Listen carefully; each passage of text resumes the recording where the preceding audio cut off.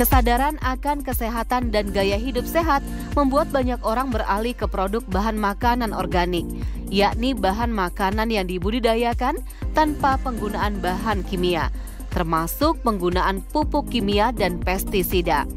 Di mana pupuk dan bahan kimia diyakini sebagai racun yang bisa mengganggu kesehatan manusia dalam jangka panjang.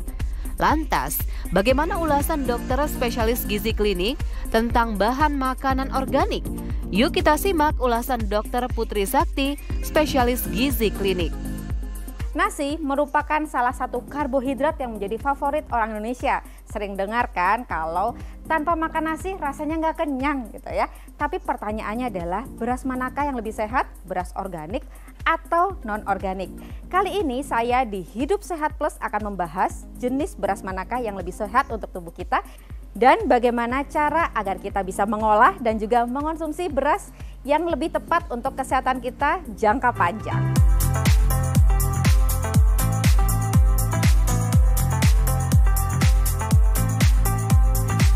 Yang membedakan apakah ini adalah beras organik atau beras non-organik adalah pada beras organik biasanya pemrosesannya terutama saat penanaman cenderung tanpa menggunakan pupuk atau pestisida.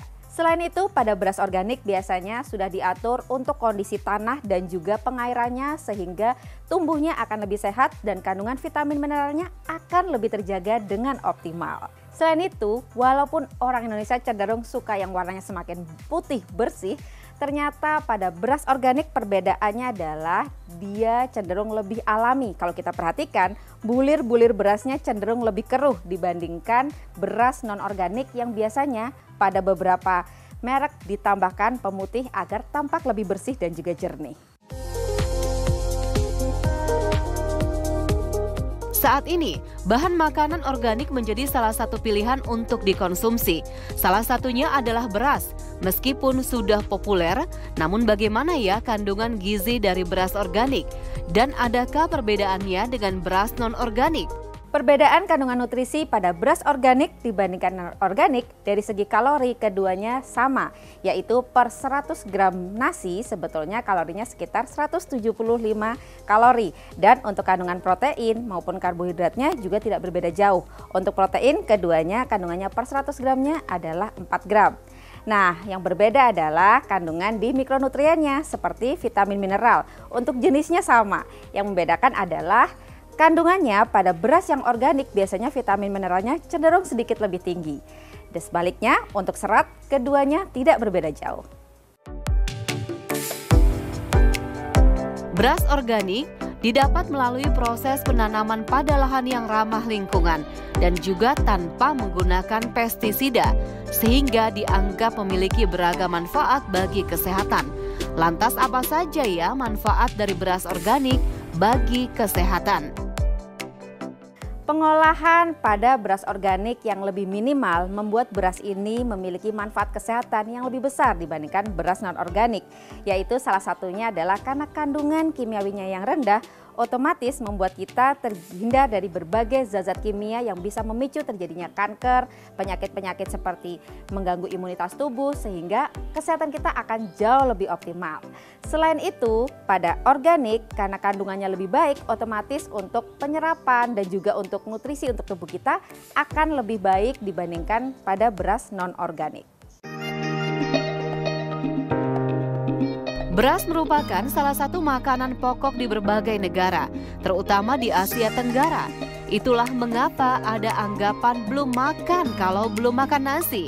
Lantas mana ya yang lebih sehat untuk dikonsumsi, beras organik atau beras biasa? Pengolahan pada beras organik yang minim dari pengawet dan juga pupuk dan segala macam membuat beras organik ini ternyata lebih sehat dibandingkan beras non-organik. Karena tentu saja pupuknya lebih alami, kemudian pemrosesannya dari segi tanah, pengairan segala macam lebih alami dan biasanya tidak dilakukan pemutihan pada berasnya. Sehingga untuk kesehatan kita secara menyeluruh, beras organik bisa menjadi pilihan yang lebih tepat untuk kita sehari-hari. Sudah jelas ya penjelasan dari Dr. Putri Sakti agar tidak menyebabkan gangguan bagi kesehatan. Yuk simak tips bagaimana mengolah dan juga mengonsumsi beras. Tips untuk mengolah dan juga mengonsumsi baik beras organik maupun non-organik agar kesehatan kita tetap optimal, salah satunya adalah saat pengolahan agar kita bisa menekan agar gula darah kita tidak terlalu tinggi, bisa dengan menambahkan serat. Contohnya dengan menambahkan kacang-kacangan, biji-bijian maupun chia seed atau flaxseed ketika mengolah nasi putih tersebut. Sehingga efeknya adalah dengan serat yang cukup tinggi, juga ada tambahan vitamin mineral lainnya, maka akan membuat kadar gula darah kita terkontrol. Kita juga akan bisa menekan terjadinya kencing manis atau diabetes, menekan resiko terjadinya obesitas maupun resiko penyakit jantung dan juga kardiovaskular lainnya. Nah, selain itu, perhatikan juga untuk porsinya, jangan berlebihan ya. Kalau Anda belum mengonsultasikan kepada dokter gizi, maka Anda bisa mengaturnya dengan sesuai kepalan tangan Anda untuk jumlah nasi yang bisa Anda konsumsi setiap kali makannya.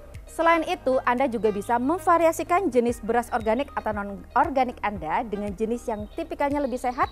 Contohnya adalah beras organik yang merah, coklat, atau hitam. Kenapa? Karena setiap warna-warna yang berbeda tersebut memiliki kandungan antioksidan yang berbeda juga.